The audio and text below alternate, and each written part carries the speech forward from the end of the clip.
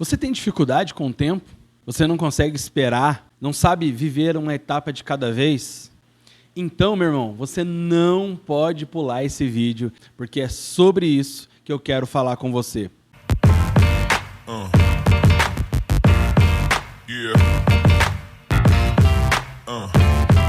Fala, meus brothers, conectado com Cristo, como é que vocês estão? Eric Sidney aqui.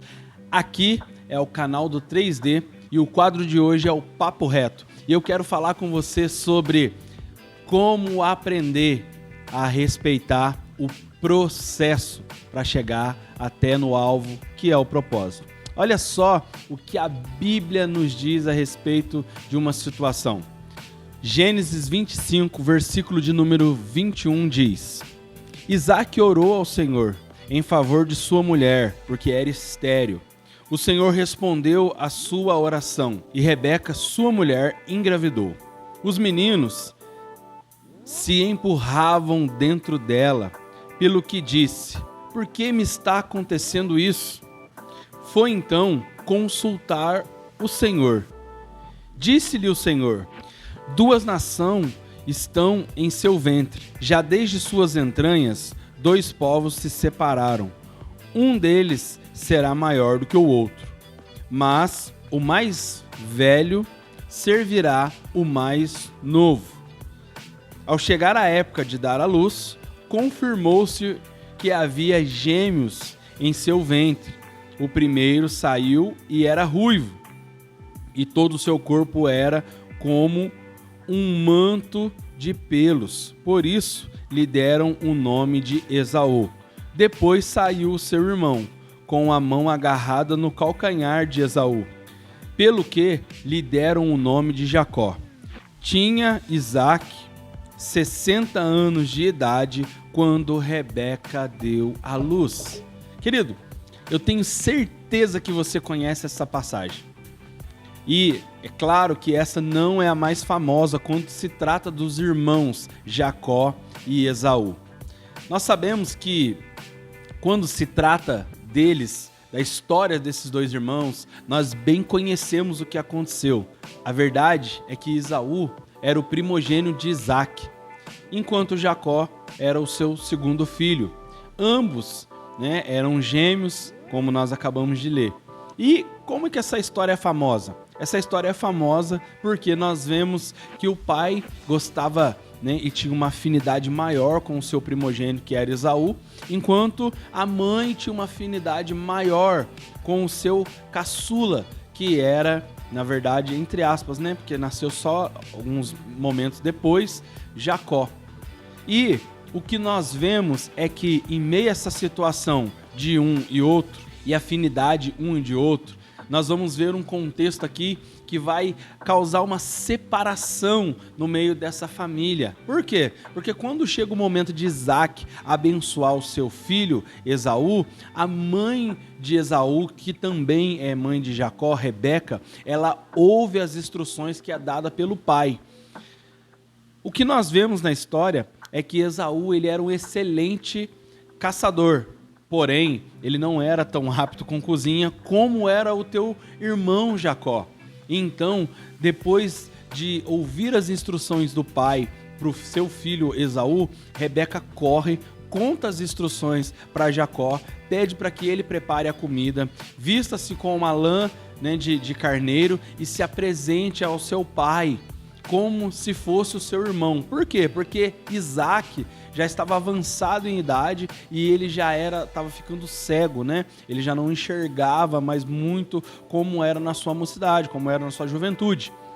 Então, como a sua mãe havia dito, Jacó assim o faz. Nós sabemos que o nome Jacó, por sua vez, na tradução, meio que define, quem Jacó, entre aspas, era, ou as atitudes de Jacó, ou a atitude que ele vai ter aqui, porque o nome Jacó significava enganador, No entanto que quando ele nasce grudadinho ali no pé do seu irmão, no calcanhar do seu irmão, isso faz uma simbologia com aquilo que havia sido dito lá no Éden, Lembra quando homem e mulher caíram no Éden e Deus começou a dizer uma série de eventos que iria acontecer? O homem viveria do fruto do seu suor, a mulher teria dor de parto e para a serpente ela morderia o calcanhar, né, do filho da mulher e teria a cabeça esmagada. Então quando ele nasce ali, segurando no pezinho ali do irmão dele, no calcanhar do irmão dele, ele é chamado de enganador, de Jacó, porque assim como Adão e Eva foram enganados pela serpente,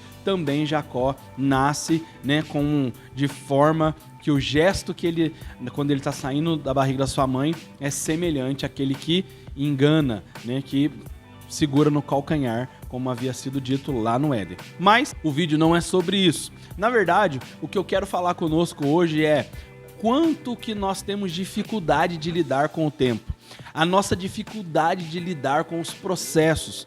Todos nós queremos viver um propósito. Todos nós temos o crer de que nascemos para um propósito. E você não está errado. Você não é um acidente da natureza. Na verdade, todos nós fomos criados, sim, com um propósito. Mas sabe qual é a nossa maior dificuldade? É viver e respeitar cada estágio do processo. Você já viu aquelas pessoas que dizem assim, Deus não fala comigo, parece que eu não entendo quando Deus fala, eu não ouço Deus falar. Na verdade, não é que Deus não fala com essa pessoa. É que quando temos dificuldades de respeitar o processo, ou somos muito ansiosos para ver as coisas acontecendo, a gente não consegue ouvir e nem ver Deus em meio a situações que contrariam as nossas expectativas. Porque o processo não tem a ver com coisas que me fazem felizes e satisfeitas. No meio do processo vão acontecer muitas coisas que parecem ser tropeço ou que vão tentar abalar as nossas estruturas e que às vezes a gente chega a pensar que, nossa, parece que Deus, o mundo, tudo está conspirando para que eu não viva o meu propósito, mas na verdade todas as coisas que nós passamos em meio ao processo vão nos fortalecer quando chegarmos no propósito, ou melhor, vão nos trazer experiências para que nós possamos viver de fato aquilo que Deus tem preparado para nós. Então, o processo é algo de extrema importância. Mas o que tem a ver isso com aquilo que foi lido aqui? Tudo a ver. Preste bem atenção em um versículo do texto que salta aos nossos olhos e nos mostra o quão importante é a gente saber respeitar o processo. Quando nós lemos aqui Gênesis 25, nós vemos que Rebeca está vivendo uma situação dentro da sua barriga. Os meninos, eles estão se movimentando mais do que talvez era normal ou natural. E aí, Rebeca, ela vai perguntar para o Senhor o porquê disso está acontecendo. E a resposta de Deus para ela está bem explícita aqui no versículo de número 23, que diz assim: disse-lhe o Senhor, 2 nações estão em seu ventre. Já desde as suas entranhas, 2 povos se separaram. Olha só o que Deus está dizendo para Rebeca. Tem 2 nações dentro do seu ventre. E dentro do seu ventre, essas 2 nações, elas já se separaram, ou seja, elas já estão em batalha, já estão em guerra. E olha o que fala aqui na parte B. Um deles será mais forte que o outro. O mais velho servirá o mais novo. Você conseguiu prestar atenção nisso? Um deles será mais forte do que o outro. É isso que eu quero que você preste atenção? Não. Eu quero que você observe o que está falando agora. O mais velho servirá o mais novo. Você entende o que ele está dizendo aqui?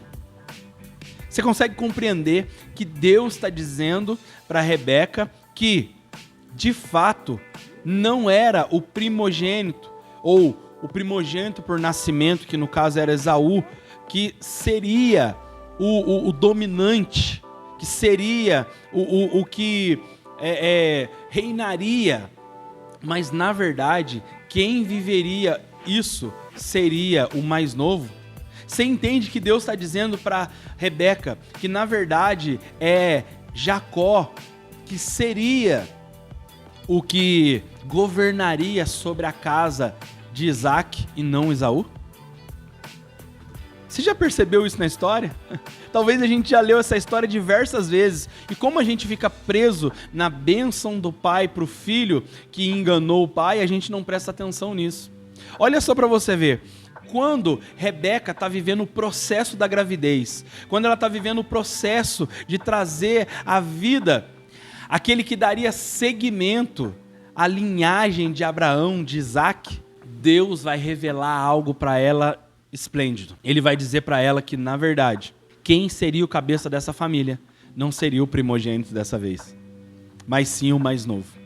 Deus está dizendo para ela que ele iria contrariar algumas coisas, porque o propósito de Deus era outro.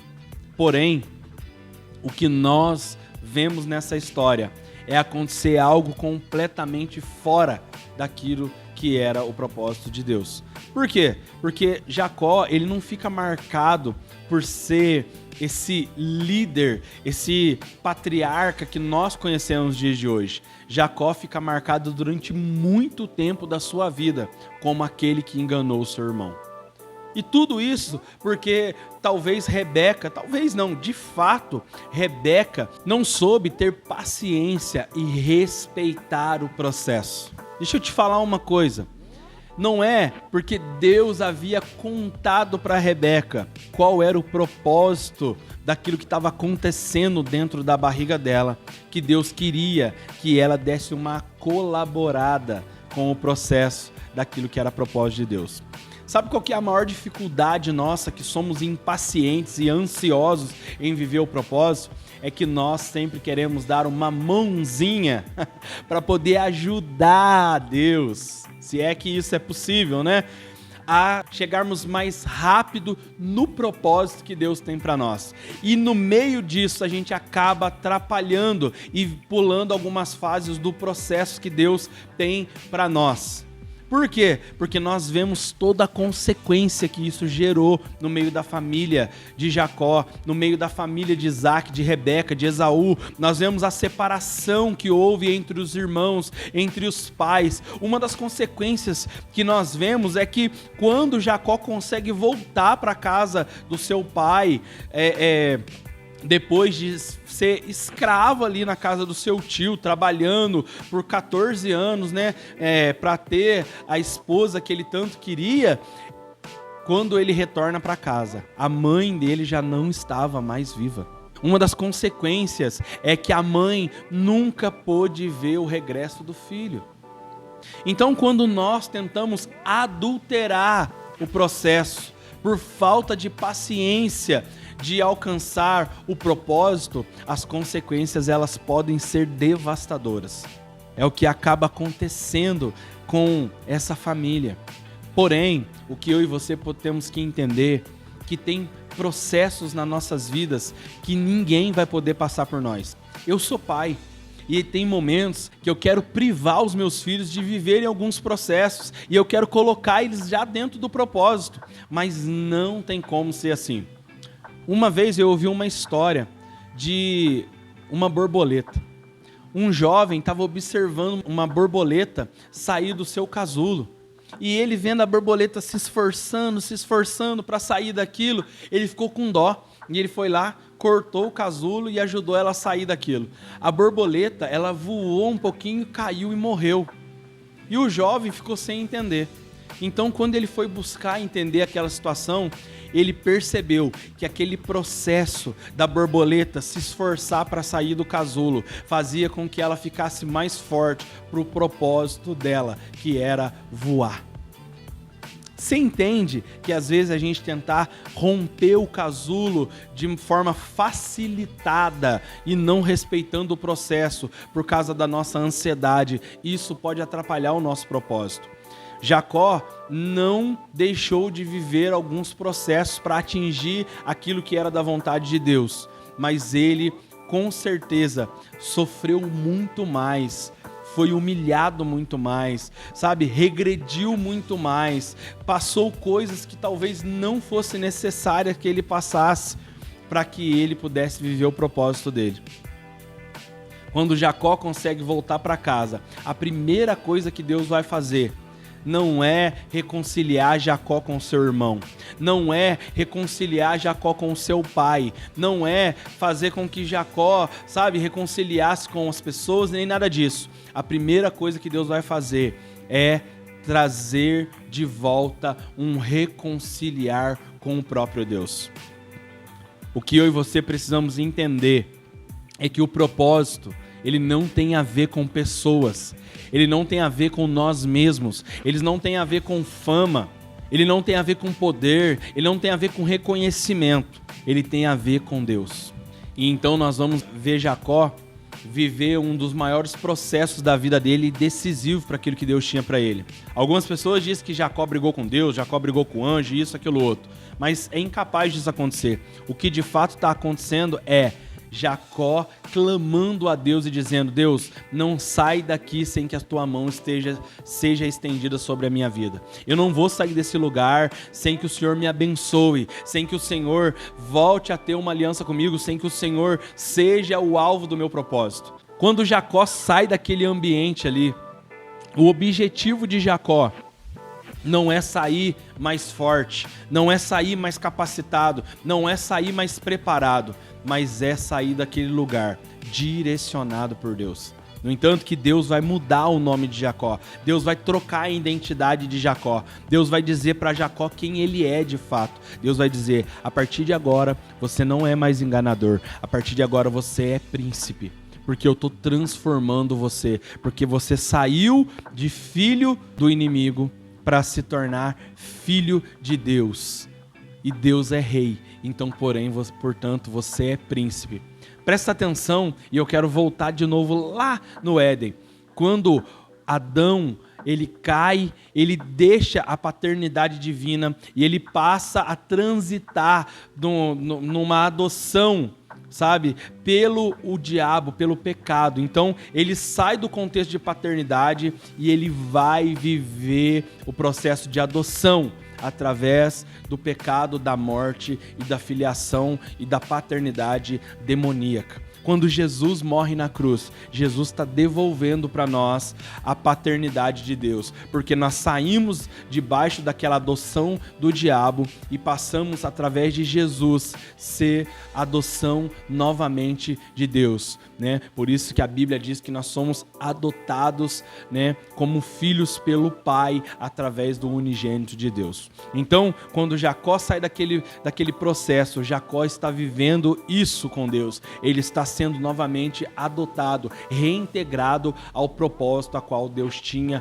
para a vida dele, para o legado dele. O que eu e você precisamos entender é que todo o processo é fundamental. Não adianta querer ultrapassar o processo, não adianta querer burlar o processo, não adianta querer dar um jeitinho brasileiro no processo. O que você precisa é acalmar sua ansiedade, é ser paciente, é ouvir a voz de Deus, é ter calmaria em meio às dificuldades, para que Deus de fato possa forjar o seu caráter em meio ao processo. Uma coisa que a gente vê é que Jesus, ele poderia ter nascido ou ter sido criado como Adão foi criado, já homem, e ter ido para a cruz, que era o propósito dele, mas não é dessa maneira que Deus faz. O que Deus faz é fazer com que ele nasça de forma natural, claro, natural, porém também sobrenatural, né? De uma virgem, e ele viva todo o processo. E foram 30 anos de processo,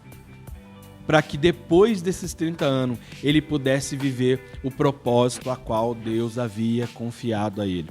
Então entenda uma coisa: o processo, ele é maior do que o propósito, porque o processo é aquilo que nos prepara para viver todo o propósito. Então, não banalize o processo, não olhe para o processo de forma descabida, pensando, não, de fato, o que importa para mim é o propósito e não o processo. Querido, o propósito, ele é tão importante quanto é o processo, ou seja, o processo tem a mesma validade, porque é no processo que nós vamos mostrar para Deus a nossa fidelidade, a nossa intensidade, o quanto de fato Deus é importante para nós, o quanto de fato nós queremos viver tudo aquilo que Deus sonhou para nós. E quando chegamos no propósito, aquilo é a recompensa de todo o processo que nós vivemos. Então o que é o propósito para nós? É sermos recompensados com aquilo que Deus preparou para nossas vidas. Enquanto na verdade o processo somos nós brigando dia após dia para viver de forma intensa tudo que o Senhor preparou para nós. Espero que você tenha compreendido essa palavra e que você não venha andar ansioso por coisa alguma na sua vida, mas que você possa respeitar cada estágio do processo de Deus. O que você está vivendo hoje, pode ter certeza que ele vai ser reflexo daquilo que você vai utilizar amanhã. Cada processo que a gente vive na nossa vida é uma nova ferramenta que Deus coloca dentro da nossa bagagem para que nós possamos viver de forma intensa aquilo que Deus preparou para nós. Então, viva o seu processo, se alegre no seu processo, para que você possa romper naquilo que é o seu propósito. Que Deus abençoe você e, por favor, não deixa de curtir, não deixa de compartilhar e não deixa de comentar o que você tem visto, ouvido e aprendido aqui no 3D. Que você possa também se inscrever para que você possa participar de mais conteúdos como esse que nós temos apresentado para você, tá certo? Então, siga conosco ligado aqui no 3D e todos os dias mais e mais que nós possamos viver, andar e caminhar segundo a palavra de Deus. Porque aqui o papo é reto, meu irmão, e nós seguimos surfando nessa nova onda do discipulado. Deus te abençoe e tamo junto. É nóis.